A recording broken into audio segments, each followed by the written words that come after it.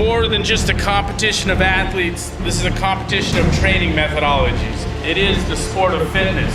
We claim to title the fittest on earth, and we can do that because we as a fitness methodology have defined fitness. And Rich Froning is the fittest man on the planet! The men and women competing here today have legitimate claim to the title fittest men and women on earth by the same rights and logic that the Lakers, the Steelers, the Penguins, and the Phillies are the best basketball team, football team, hockey team, and baseball team on earth. No one else is testing fitness, and at this point, no one can make a claim. People that just come into CrossFit are like, oh, next year I'm going to the games. Kids don't go shoot free throws and think, oh, I'm going to the NBA next year. There are people that say that this isn't a test, that there are people out there fitter than the people competing here today. Great, prove it. As the crowd races to their feet. You guys have for his final stretch. Dan is flying. And she is right to work on that The sling. energy in here is electric. It's going to be Sam Briggs. Jeff Bennett gets ahead of him. Oh my goodness.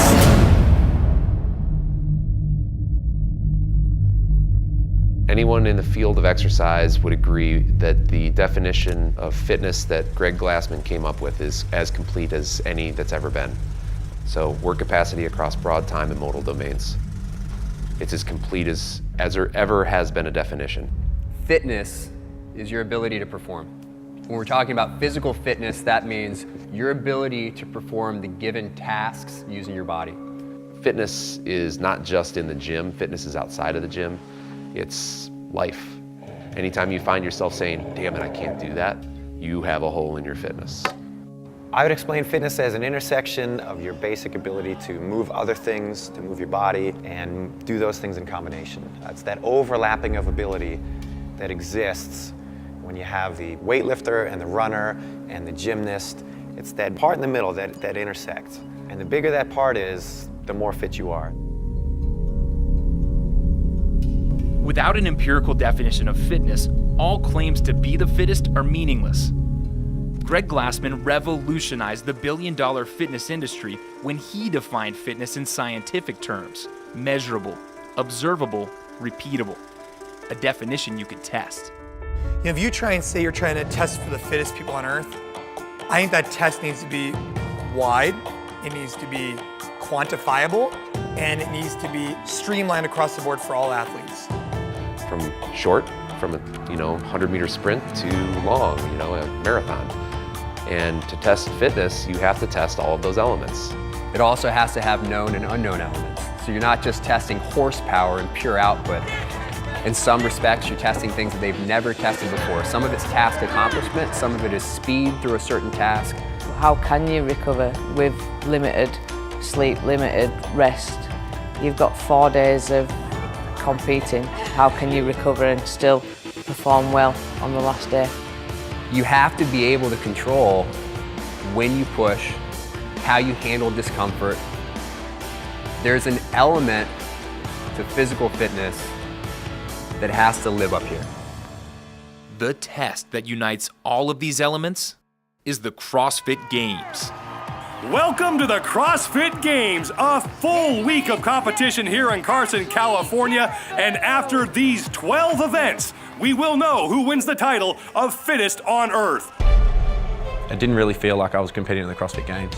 It was more about just going and having a good workout, and it's probably something I'll never get to do again, swim and jump on a bar and do some muscle ups. It was a little scary too, let's be honest here. It felt like doing bar muscle up on a wet towel. Anyone can go to a pool and swim laps and do med ball cleans. That's easy. You could take a med ball to the pool right now, your local pool, and do that. Most people can't go to a pool and get out of the pool and on the deck there's a rogue rig and do muscle ups. I think by introducing elements that you can't practice in a gym, it keeps the athletes guessing, it keeps the athletes interested, it keeps the spectators interested, it keeps the whole world interested when you're just a spectator. It's a necessary part of our test at the CrossFit Games. Could we do a test of fitness where we did announce everything ahead of time and well ahead of time? Sure.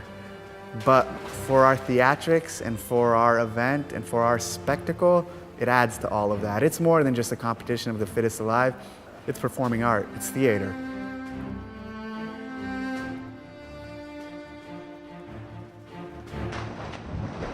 it. This is what fitness is all about. How can you handle these real world objects, odd objects? We're testing that right now, and it's very apparent if they've been doing these sorts of movements or not. The pig. After a 2-mile run, you run to that thing and you're like, okay, how do I do this? We didn't get to touch it. We didn't get to play with it. We didn't know how much it weighed. We didn't know whether or not to wear gloves. You just grab it, you flip it, and you're like, okay, there's the first one, here we go. That was like a 1 rep max deadlift over and over again for 60 reps. And I just remember thinking to myself, damn, this is very, very, very challenging for me. But if it's that challenging for me, I know it's challenging for them. One thing that helped me out was that I look over to the left and I see Dan Bailey just slobber coming out of his mouth, and it kind of just made me like settle down, like, okay, like this is normal what I'm feeling. This is really hard for everybody. And all that says to me is that these people can adapt to physical activity like nobody else on earth. We're not testing specialization. We're not testing pre-game strategy for these guys. We're testing in the field performance. How do you respond to something that you haven't trained for before? That's an element of fitness. It makes you pour cement stones and try it. It makes you go seek out a hill, tear up a trail, and sprint up it and carry a sandbag. If we were only good at gym movements, we'd only be good in the gym. We force you to train a holistic package. We force you to train everything. And some people crack under that. And Fisher may have actually passed Rich Froning. We'll have to wait, and he did. Garrett Fisher by 1/10 of a second over the champ. Just to pass him the last little of the workout and beat him, it felt good. Yeah, I'm not gonna lie, it felt good. You can't prepare for those things. You can't prepare for them. So how do you do it? You prepare for it by trying everything. I think the games bring out a need for mental fortitude and mental discipline that you might not find in everyday training. I think people around the world understand what it means to handle things that are uncomfortable, to stay disciplined and stay consistent with your training. These athletes take it to an entirely different level. The US or even the world, you know, everything's become easier and we've taken out all that hard work. I think we were created to work hard, and that's what we're supposed to do. Whatever somebody basically thinks is impossible, it's being done right now, and it's being done by people who just don't listen to those kind of limitations. And those are the type of people that compete at the CrossFit Games. And this is why I like CrossFit. When you hit that wall and you tell that wall, get out of my way, and you just go through that thing, close your eyes, and just keep going. Regardless the lengths they go to prepare themselves, the director of the CrossFit Games always finds a way to exceed the capacities of the world's fittest athletes. The marathon row was the most miserable experience of my athletic career. Just mentally, just bashing your head against the screen for an hour and 20 minutes is what it felt like. After I finished college rowing, I told myself, I was like, I'm never going on that machine again. It's like a death machine. And then a couple years later, here I am, rowing a marathon row. So I think the row event was pretty cool. A lot of people disagree. Not only I knew this wasn't an event at all for me, also I didn't know if I would be able to keep going, and it destroyed me emotionally. And then that became my hardest game ever. I think from a spectator point of view, they're sitting there like, I wonder what this guy's gonna do. And I'm sitting there like, I wonder what I'm gonna do. You're really nervous, you know it's a 2K, it's kind of a sprint right at the start of the event. I don't remember exactly what the half marathon started at in meters at the time. You're sitting there like, okay, you're rowing at like, hard rate. You're like, is that 2K? As I'm pulling, I'm thinking, well, it's 21,000 something, but I don't know what it was, so I think I went all the way down. And probably rode hard for an extra 500 meters. So I just kept going. I kept going until I hit 7 minutes. Like, that, I have to be done. There's no way I can't be done. It was pretty much like a dogfight, having the screen up and seeing where you were placed in the pack. And so then after I got to 7 minutes, I took my pace from 1:33 whatever to about a 2 minute and 10 second. Just sat there, regained my composure for about a minute, and then once I felt like I was back on track, I dropped it to a 150. And I held that for the next hour. For you to take the top 10 finishers of the Boston Marathon and list them out, and then have another group list the top 10 VO2 maxes of the best guys in the Boston Marathon, they're not going to match up linearly. You have to run the race to figure that stuff out. Who's the best? Well, run the race. You can't do it in the laboratory. And that's the physiological difference between potential and capacity. Zigzag sprint, that's my jam. And it's time for the zigzag sprint, the 5th of 12 sport events.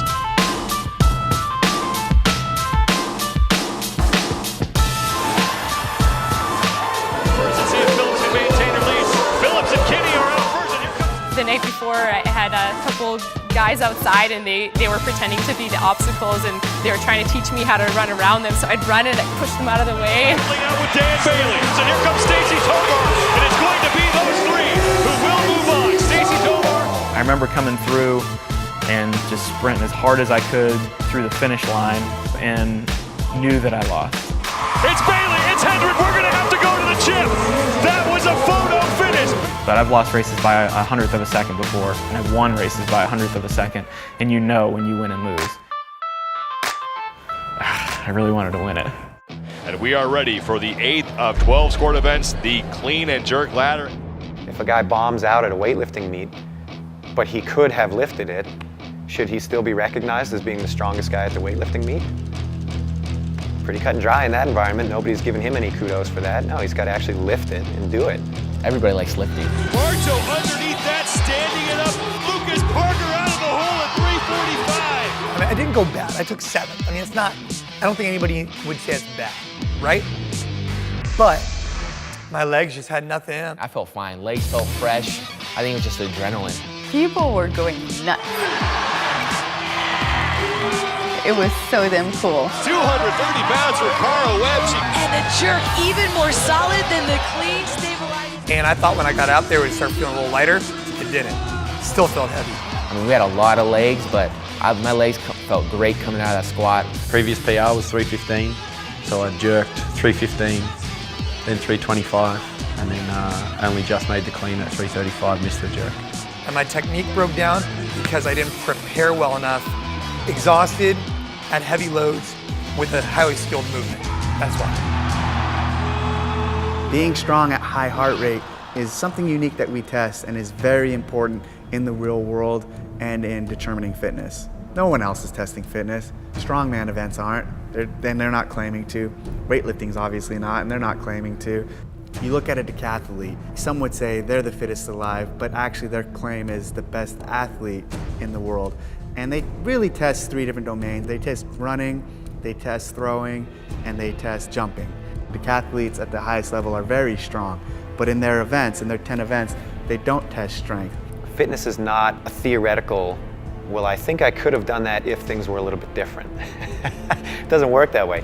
Fitness is what can you show me today? Keep your eyes open, guys. I think this one's gonna go really quick.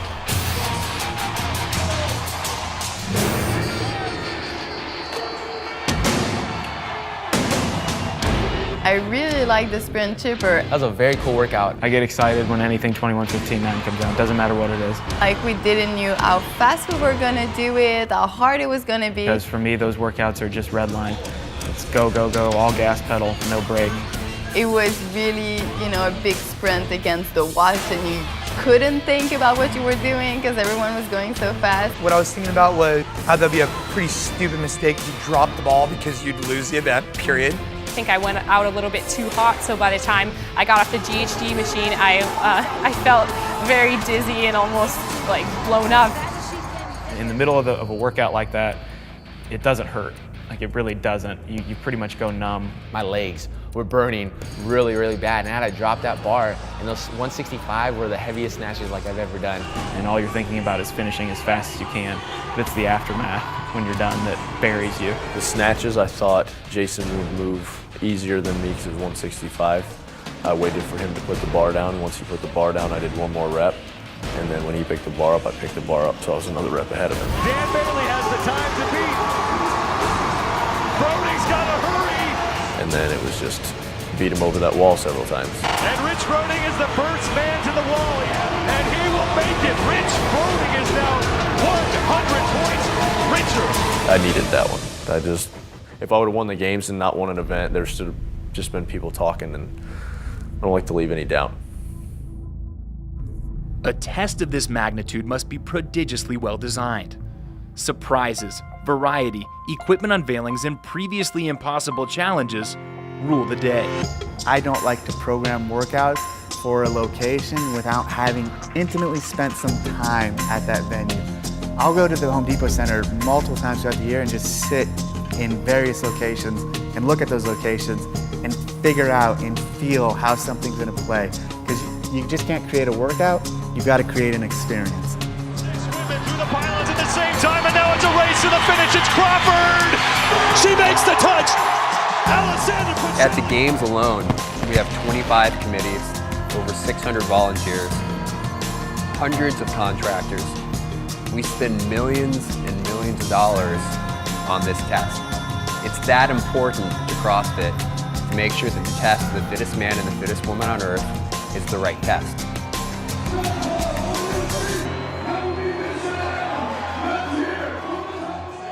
One of the things we have to battle with and struggle with is this need for the workouts to be so grand or written so big or such unique equipment.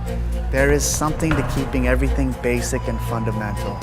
You don't need to read a workout and go, oh my God, that looks so hard. The barbell, some high skill bodyweight movements, and the athletes are all we need to have a really good test.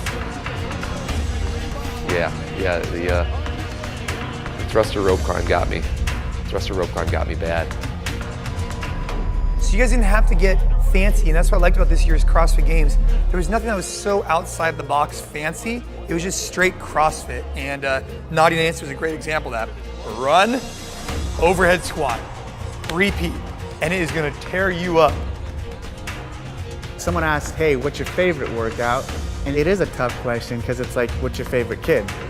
But this year, for me, the rope climb thruster workout. Simple, basic format, highly effective, and exposed a ton of weakness for a ton of people. We have to keep those events very, very secret so that we know that the elements that we're testing in the games haven't been practiced by those athletes. This was new, and now everyone who failed are never gonna fail again at that. You know, I don't regret that. I don't regret jumping up there because it took taking a chance and being okay with failing. And that's what CrossFit's about, right? You know, that's what makes people harder, you know, physically and mentally. So take chances. Go fast and take chances. We've traditionally been very good at doing a few things with the games, exposing people's weaknesses that they didn't know they have, and pushing people past the limits of what they thought was possible. That's why the test is so important, is that the test forces people outside the margins of their experience. Otherwise, these athletes wouldn't do that. Unless you're faced with something that you've never done before, you don't know whether or not you can do it. You have confidence you can do it. You've done something similar to that, but you don't know. A lot of these athletes don't know their potential yet and don't know where they can take it, and the only way you can get to that potential and increase your work capacity is with intensity. Michelle trying to stand it up, she's struggling. Something brutal that is that fun is when you pass your own limit and find yourself in a position of achievement. That's how you beat the other girl. That's how you go to the CrossFit Games, competing almost desperately to go and win. At the games, we're programming for the best and we're programming to test the fittest. Guess what? If we pick a weight like 405 and one or two people can't do it, that's appropriate. And unless you have a test that forces you outside that level, forces you outside of your comfort zone, you don't really know. Great example, 100-pound dumbbell at the regionals. I lifted it up for the first time, I was like, damn, this thing sucks. I couldn't even get it. Jason Khalipa, one of the strongest CrossFitters, doubted himself in doing that, and then he had one of the fastest times ever. You put something out to the public, and you think it's doable, and it is doable, you just gotta get there. By the time the regionals came around, I was smashing it. You know, I think that's what separates a games athlete from a non-games athlete. They don't really listen to the limitations. They find out what the limitation is and say, well, I'm gonna step over that line today and see what happens.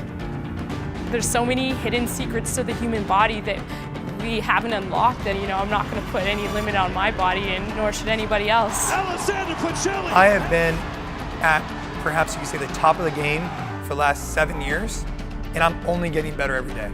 That's crazy. I mean, I'm PRing all kinds of stuff all the time. You know what I mean? Like, it's bizarre. It's bizarre to me. It just blows my mind. After my first year, everyone was telling me, when more people are gonna get involved, you're gonna be out. And then the next year, when more people are gonna be involved, you guys are gonna be out. Better athletes are gonna come. And it's not happening. There's only one common denominator there, CrossFit. You know, those people are extremely fit individuals, obviously. And that's what's cool, is how many tests have they been through and how many times have they proven how fit they are. I'm the fittest CrossFitter this year because of the workouts that we did. That can all change next year. So I need to make sure that my training is as varied as possible so that hopefully I can go back and defend my title next year. We don't need more tests. I think we're getting very, very good at determining what's the right number of tests and what are those tests to make sure that you get the right answer. But what's unique in CrossFit is that we can literally test for things that nobody else in the world can test. And that's what makes the CrossFit Games unique. To see how far the athletes have come, an event from the inaugural CrossFit Games in 2007 was repeated in 2013. I was curious to see how we would compare now, so that just shows how much the level of fitness has improved or increased. It was just cool to see like how many women have beaten that winning time from 2007. Now Asia Barto, the only man so far to not surpass the best time of 2007 of 13. So the definition of fitness hasn't been changed, but the level of fitness has been significantly raised. The ceiling for what humans are capable of is going up, and it's continuing to go higher because of the games and because of CrossFit, the methodology. It's become quite the test.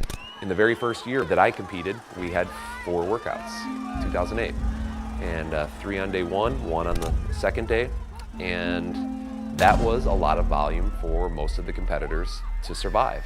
What people are doing in 2007 to be the fittest person alive, the capacity that they had is very different than the capacity of what people in 2013 are able to do to be the fittest alive. You know us, you know what we're capable of. I don't know how you figure it out, but you do. And it's always a good test. What would have happened if the final event of the 2013 Reebok CrossFit Games was programmed in 2007, 2008, 2009, or even 2010? Yeah, it would not have been a viable choice in 2009. There's no way. If you would have asked me in 2010 if the last workout would have had a 405 deadlift and weighted pistols, I would have said you're crazy. There would have been a lot of people stuck on deadlifts. That's probably the most demanding blend of capacities that we've seen in a single event. Rob Orlando would have finished it. I don't know about in the time cap, but. So your work potential, how do we know it or define it? We don't, but we know you have more than you have now. Oh yeah? You want us to do more? Cool, we can do that too. Oh, we've never even seen this thing. Watch this. This is what we can do. And we're not even near what we were before. You cannot even compare it. I mean, it's not the same. Here you are, you turn on the TV, or as an athlete, and here's these guys lifting 405 pounds. You're like, damn, I don't know exactly how much that is, but that looks heavy. And then you watch them walk on their hands. I mean, it's just like, wow, like that was cool. You know, like who are these guys? They look very fit. It just pretty much showcases our sport and what our athletes can do. We ask more of these athletes than anybody else, more than they would ask of themselves, even though they push themselves hard every day. But you wouldn't get that level of capacity, you wouldn't get that level of performance unless they had a test that was this demanding. And it's not a gimmick. These guys aren't good at CrossFit. They're really fucking fit. They're the fittest alive, period. We can't anticipate the events of life. We can't anticipate what's going to happen next. So we do any and everything we can do to be ready for what is thrown at us. And that's how I train. Rich just works hard. That's it. You know, like I've spent a lot of time with the dude. He just works out a lot. That's what he does. He's not just going to show up for 1 week in a year and be able to get lucky and perform well, because he's just good all the time. His fitness is real. and he's shown that across all the levels. And the Open and the regionals and the games are a real test because of that. When they start to fall off is when I start to get better. At that point, I'm like, all right, it's time to finish the deal. Rich Froning showing no signs of slowing down. If the programming determined who wins, Rich Froning's been a lucky bastard for the last 3 years in the CrossFit Games, the last 2 years in the Open that he's taken first place, and the last 3 regionals that he's won. So that's of almost 9 or 10 different events, and he's won them all. But you know that you've got the fittest man and woman when it doesn't matter exactly what the order or what the tests were, and the exact same thing would happen. We've held 7 CrossFit Games. This man has won 3 of them. I give you the 2013 Reebok CrossFit Games champion, Rich Froning. Physically, I feel great. Physically, I feel like I could do this for another 7 to 10 years. But mentally, it takes a toll on you. Mentally, it's a different animal. So we'll see. I think we've still got an unlimited playing field for adaptations still. I think that people are going to get stronger. I think they're going to get faster. Will we see somebody with a sub 5-minute mile and a 500+ pound back squat? Yes. Will there be lots of them in 10 years? Yes. We've seen heavyweights, we've seen endurance stuff. I think the next evolution is really complex gymnastics. So like planches, iron crosses, freestanding handstand push-ups. I think CrossFit is single-handedly going to prove what the human body is capable of doing in multiple different domains. And that's what's cool about this. It's a big experiment. There's no one way to train for this. What the athletes are all doing is training constantly varied functional movements at high intensity. What that looks like in application varies across the board. That's our next generation. I'm so excited to see all those little girls kicking some butt and being muscular and all of that. I think in the next 7 to 10 years, we will see someone with the capacity to run a sub 5-minute mile and clean and jerk close to 400 pounds. I think you'll see it. They're all gonna have 300-pound snatches. They're all gonna have 600-pound deadlifts. They're all gonna run sub 5-minute miles. They're all gonna have sub 2:15 Frans. They're gonna be phenomenal. Gonna be phenomenal. It'll be fun to watch because I'll be watching at that point for sure. I don't think we're gonna win marathons. I don't think we're gonna win Olympic lifting competitions. I think people are gonna catch on to, wow, that dude just lifted a lot of weight and he can run and he looks good. Wow. Look, I was a Navy SEAL for 12 years. And if you were to say, how would I create the ultimate Navy SEAL physically? It would be through this training program, and it'd be someone like Rich Froning. And this program does that. It builds superheroes, it builds real life superheroes. And in 2020, we'll look back and say we were just in 2013 scratching the surface. We were just starting to understand what fitness really was. And I just hope that we don't look back and go, hey, we were sandbagging it. We weren't asking more.